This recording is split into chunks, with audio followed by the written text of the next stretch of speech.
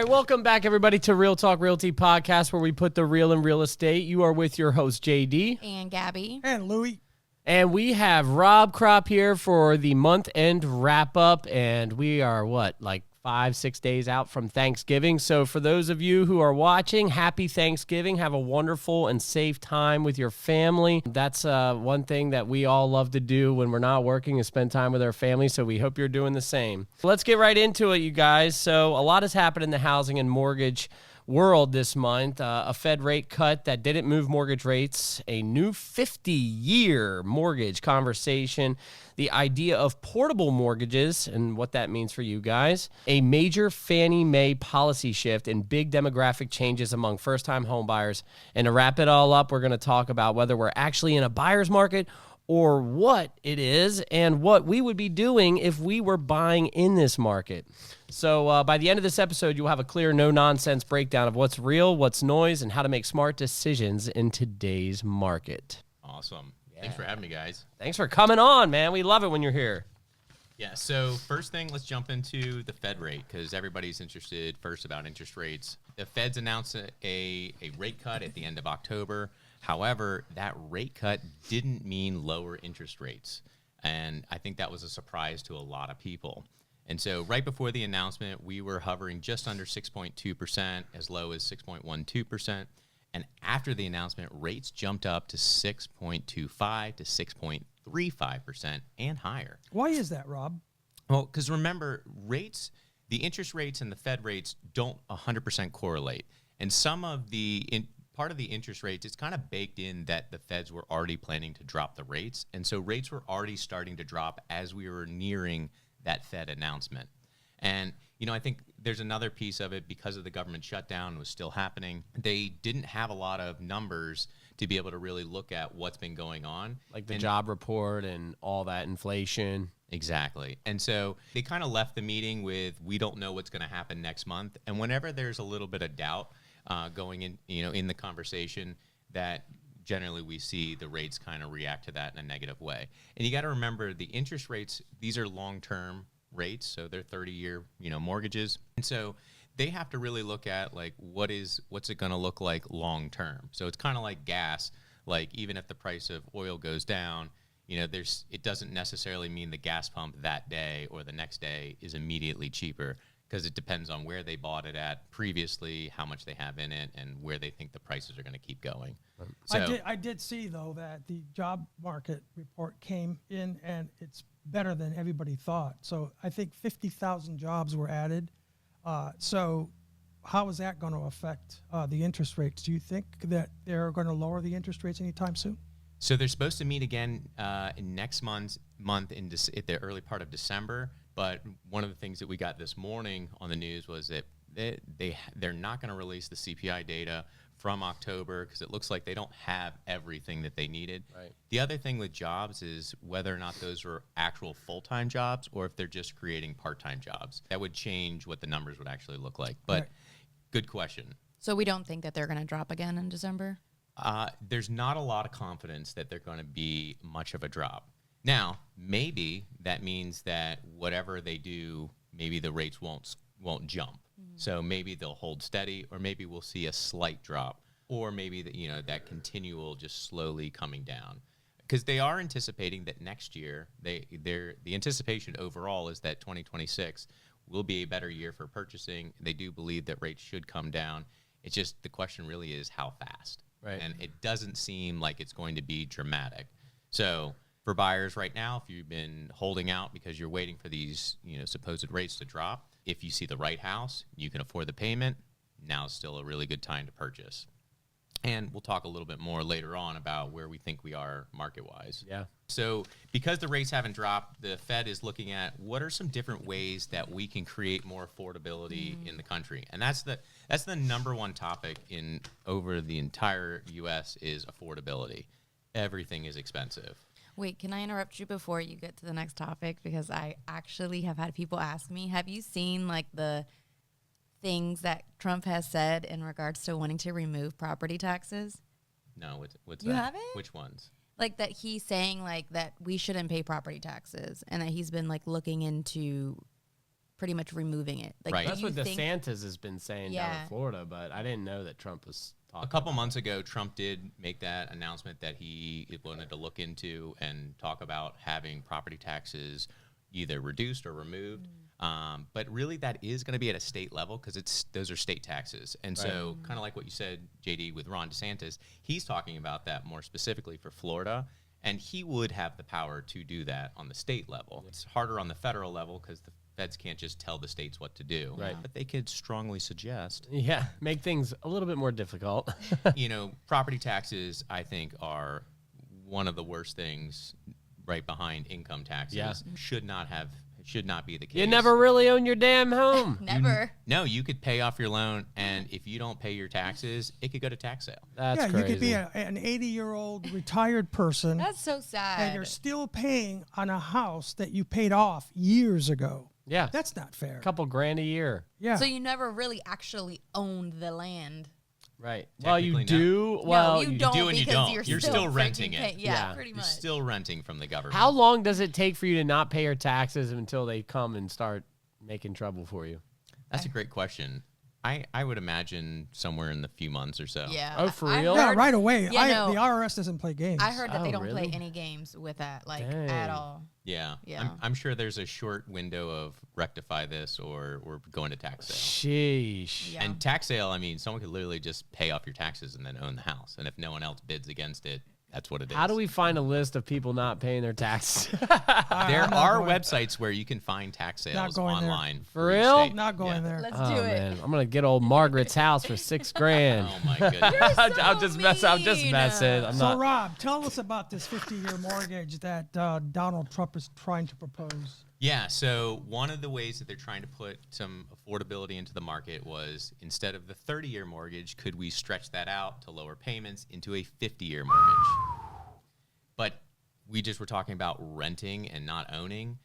50-year mortgage is essentially renting a house. Yeah. 'Cause, Yeah. I mean, if I were to buy that today, I would be 90 when I'm paying it off. Sheesh. And so I put together a kind of an example. So on a $400,000 loan at 6%, and this is just principal and interest, the 30-year mortgage would be around $2,400 a month, whereas a 50-year mortgage would be $2,100 a month. So 20 years, and the difference is only $300. So you would save roughly $300 a month.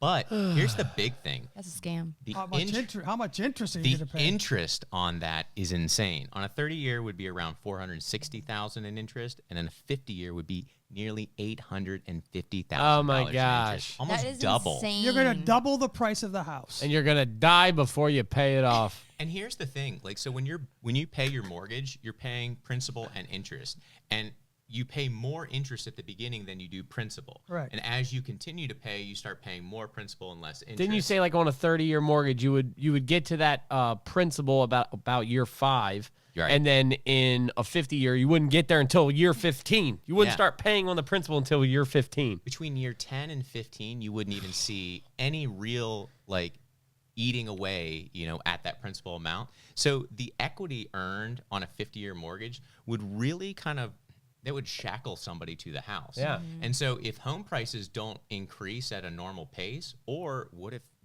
there's a market issue and there's a crash or values go down? Now, hear me out. You'll be even further behind. What if though, you're old and you're like, you know what? This is my last home. I'm downsizing. I'm going to die before I pay this sucker off. I'm not going anywhere else. Maybe the 50-year mortgage is not a bad idea. I mean, they can't discriminate for age. That's so what I'm saying. you can be 90 years old and get a 30 or 50-year mortgage, Yeah. even though statistically you won't live through the end of it. Right. Dang. So it's definitely 50-year mortgage is not an option for what we would say a stepping stone home. Not to, I Or don't if you know. want to sell in like 2 or 3 years, like you're Yeah, gonna be there's a lot of I people don't that- know. Lisa's screwed. grandmother lived to be 104. That's true. Oh, that's true. Yeah. My great grandma lived to 102 or 101. One of those, yeah. Yep. It was a novel idea, but I think a bad one at that. And it's gotten a lot of backlash online. I don't think a lot of people are very interested in it. Dave Ramsey is definitely not a fan, and neither am I, to be honest. Yeah. So, and I don't blame the administration for putting out some ideas. They're just And I floating some stuff. just floating Yeah. some stuff. They wanted to put it into the ether and see what people thought, and We say don't. Yeah. I mean, I get the idea. They're trying to make it, like you said, more affordable, but in reality, it's gonna I feel like that's a give Band-Aid. you issues. So the bottom line It's really is it's more of a Band-Aid. The bottom line is a 50-year mortgage is a short-term payment reducer, but a long-term wealth killer. Correct. Yes. Good only if you absolutely need the lowest payment possible. Yeah. And honestly, maybe you just go a little bit further away from the city. You Yeah. know, go towards West Virginia, maybe. somewhere Or where the right taxes are now, less. you can get the seller to pay your closing costs, and the lender can use that to buy down your rate, so you can get a lower payment. Yeah, let's That's an explore option. every other Yeah. option before we consider the 50-year. Yeah. Yes. Now, they floated another idea, which I actually do like. Oh, yeah, you guys got to hear this one. Yeah. So the other idea they floated was portable mortgages. Ooh. And it's like, what does that even mean? So right now, there's a lot of people, myself included, who refied or purchased during 2020, 21, and 22 when rates were super low. And so for a lot of people, myself included, I don't think I ever want to leave my house unless I had to for some reason. What's your rate, Rob? 2.8%. Woo! I know. I got you beat 2.5. Dang. I just got rid of a 2.3. Gabby's got a 10.4. So portable mortgages. So what this would mean is, so in our case, we could take our low interest rate, we could take the remaining balance of that loan and port it over to the next purchase. And so the idea is, so I have an example. So like, let's just say you're purchasing a $500,000 home, and maybe you still owe $300,000 left on your low interest rate. And so you sell the house and you take that ported mortgage, that $300,000, and you can transfer that to the new property. Now, we don't know all the rules, but we would assume that there's still going to be a down payment element. So let's just say that's 10%, so 50 grand. And then there's a remaining gap of 150,000 that we have to cover for the difference of this purchase. And so that 150,000 would actually become like a second mortgage. So at today's rate of 6.35. And so you would have 300 at your low interest rate, and then you would have the 150 at the today's interest rate. And so as a combined. And so what that would look like, it could save a couple $100 per instance, as far as your affordability on that next house. Absolutely. And actually, correct me if I'm wrong. So, like, if you I guess you would have just bought the house, but like the bigger of the balance that you owe at a cheaper rate, you could really get a deal on a much better house. It's going to make that next house more affordable or easier to afford because your interest rates, because a large portion of that interest rate is at a much lower rate. Wow. So, and that could be hundreds of dollars a month in savings, and could be the difference maker for somebody like myself or Louie, where we're not looking to move, because of the prices. But if I could take my mortgage, this lower interest rate, that might be more enticing. And the more people I've talked to, same thing. They feel like that might be the thing that would allow them to make that move. Because there's so many people that feel trapped. Yeah. Exactly. Well, if this does turn into policy, I think it'll really do a good I think job it'll take of a lot of people. moving the market. Yeah. It will mean a lot more buyers in the market, and it'll also mean a lot more sellers being, homes to be able to sell. Yeah. Yeah. I think there's a lot of people that feel locked in and aren't going to move, myself included. Yeah. I'm kind of jealous that I couldn't take advantage of that, but it is. I think of all the policy ideas so far, that one is probably the best when it comes to helping with affordability, and I think has some legs. Yeah. So it sounds like that one hasn't been batted down, so they are still moving forward to try to see what that would look policy-wise. So as that changes, we'll definitely let you guys know what that looks like, and we'll have lenders standing by to talk about how to make that happen. Heck yeah. Oh, they'll know. They'll know. So a lot of things happened the last couple of months, and Fannie Mae announced dropping minimum credit scores. Up until November 16th, credit score minimum was 620. And now they're saying that that is no longer the case. The idea is that it's going to allow this to be for first-time home buyers or credit-thin applicants, meaning they don't have as many lines of credit or as much credit.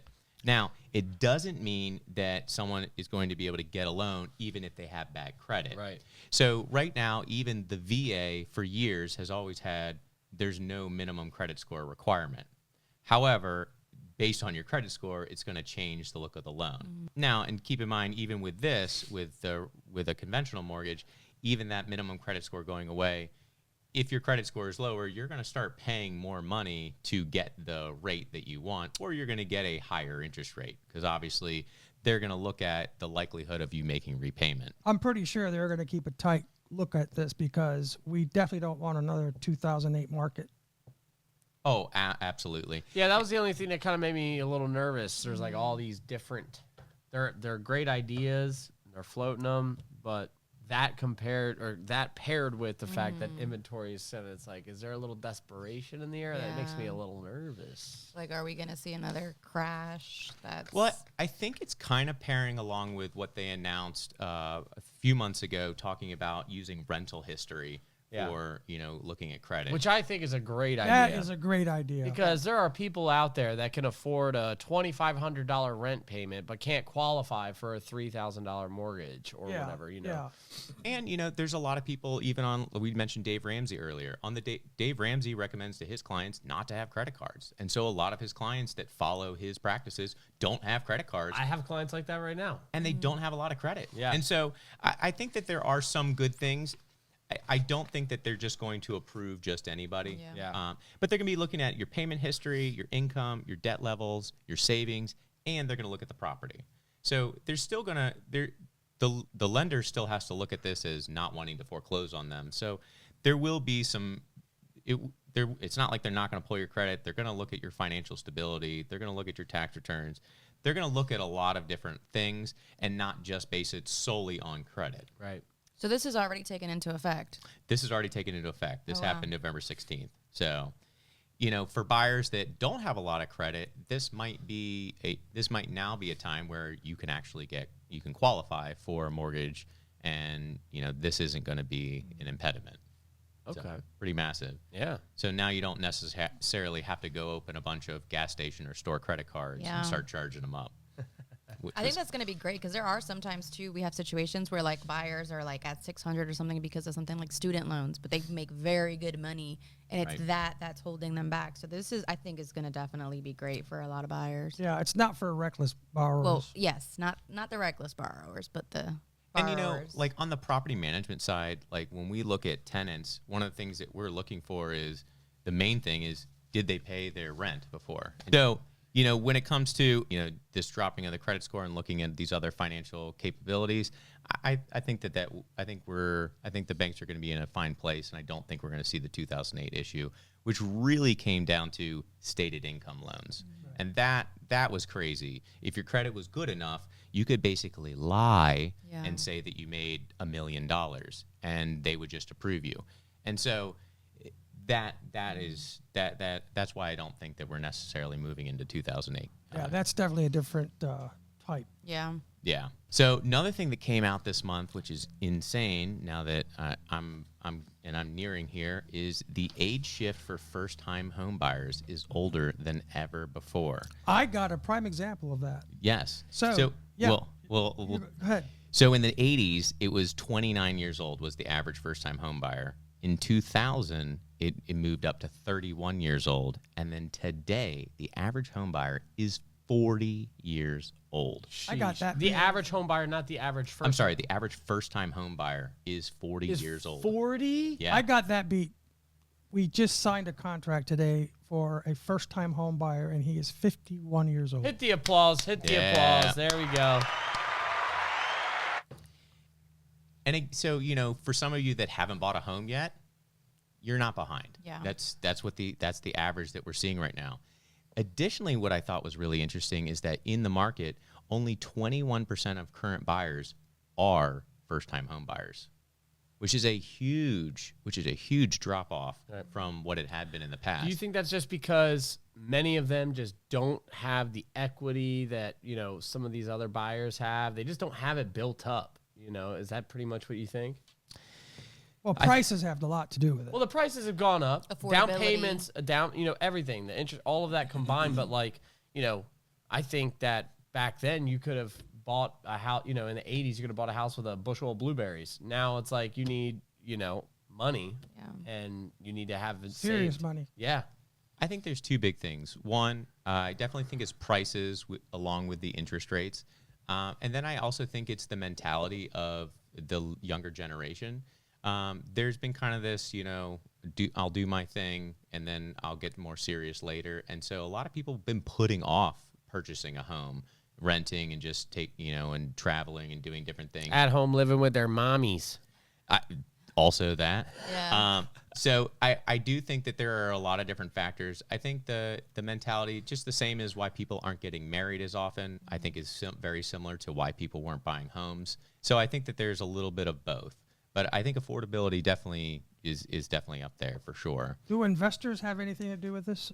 Well, clearly during the COVID timeframe, investors definitely had a lot to do with the price increases that we were seeing all over the place, where a lot of these buyers were investors buying up even entire neighborhoods. BlackRock. Mm-hmm. Stealing the American dream from the single mom. I mean, at the end of the day, they said it to our face. They said, you will not own anything, you will rent, and you will like it. And they weren't lying. So, I guess that's why all these apartment complexes have gone up all over Frederick. I know there has been a ton, right? Yeah, Even right next to our office. Right next to my neighborhood. Yeah. yeah, first-time home buyers, older than ever before. There's less first-time home buyers, which also means the average buyer that's buying now also has to sell a house. Yeah.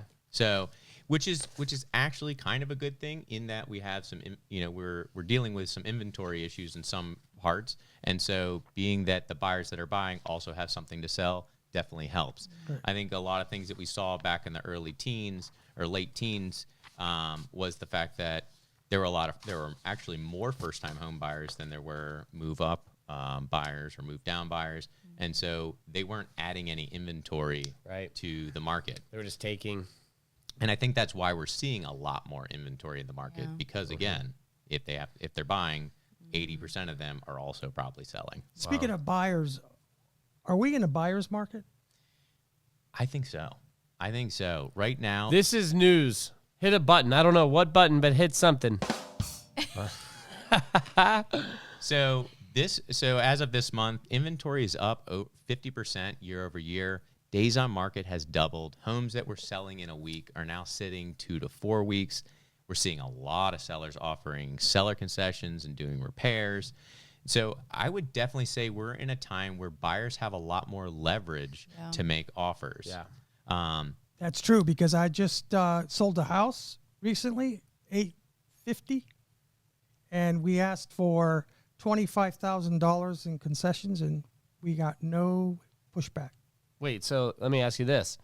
You got $25K in seller concessions, but did you offer less than the property? Yes. So how much was the house listed at? $865. We offered $850. We asked You got $40K. Yeah. $40K for the buyers. So that's an excellent example of an opportunity that is out there that would have not been there a year or 2 years ago. Yeah. No counter offer. Just That's that. Oh, no counter. no counter. Just accepted it. So I want to make a point of that, because there has been a lot of people out there that have written themselves off from getting in the market because they just feel that there's not opportunities out there for them. And Rob's going to get into it a little bit more in a minute, but don't write yourself off. If you think you see a property and you think, oh, it's too expensive. I had some clients recently that saw a property. They didn't even want to go look at it, even though they've been stalking this listing for 2 to 3 weeks. And I said, just let's get out there and take a look at it, because right now, if there's ever been a time to take a shot, it's right now. Yeah. And I let them know that, and we went out and took a look at it. But that is a great example of why don't rule yourself out until you talk to a lender, until you get your information and talk to a professional. Yeah. And you don't know where the seller's at. Even though their asking price is X, they may be considering Y. And, I have an example as well where we offered 5% less off the asking price, some of that seller concessions. And then we had a home inspection, and then we're asking for thousands of dollars additionally in repairs, of which the seller's doing. Yeah. Again, there are opportunities out there that just a lot of people are sleeping on, and they're not realizing that there are deals to be had. Yep. Yeah. So one of the things that I was thinking about is, what would we be doing if we were buying right now? Like, I think a lot of people want to know, like, what would that look like if you had all the information? Like, how would you utilize this market? So, for me, I'd be looking at properties that are 90 plus days on market. Yep. Yeah. Maybe they have a little hair on them. Maybe they need some TLC. I would negotiate aggressively on the price. I would negotiate on some closing costs so I can keep my cash, and then I can make repairs.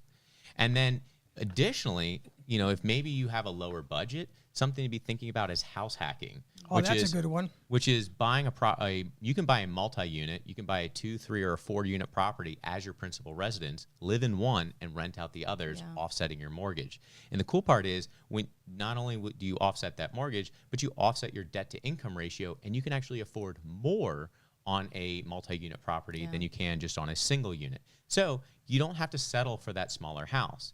And then as a bonus, there's also rehab financing that you could add to that, where you could get cash to make repairs, which means I can be adding equity into the single property or even the multi-unit property. But in addition, on the multi-unit, I could be increasing the rental income. Yep. And so there are a lot of opportunities out there if you know what you're looking for. Yeah. So if you're in the market, if you want to buy and you're thinking about getting into the market, give us a call so we can talk about some strategies, because there's a great window right now of opportunities if you're buying, but it won't last forever. No. So You Rob, could get paid to live Yeah. in your house. Yeah. Ride the wave while it's here. Yeah, that's a good one. Yeah. So Rob, give us a quick recap. Well, the last thing I want to mention on that is, because again, it comes back down to the interest rate, and I think a lot of people are really concerned about that. Don't focus so much on the interest rate. Focus on your payment, and can you comfortably afford it? If you can, it is still a really good time to do real estate. Absolutely. Well, we really appreciate you guys tuning in, and we're super excited to let you go and enjoy your Thanksgiving with your families. And tune in next week. Well, I guess the next one will be in the first week of December. We'll be getting the month rolling, heading into the holidays. So everybody, thank you so much, and have a very, very wonderful Thanksgiving. Bye. Peace. Bye.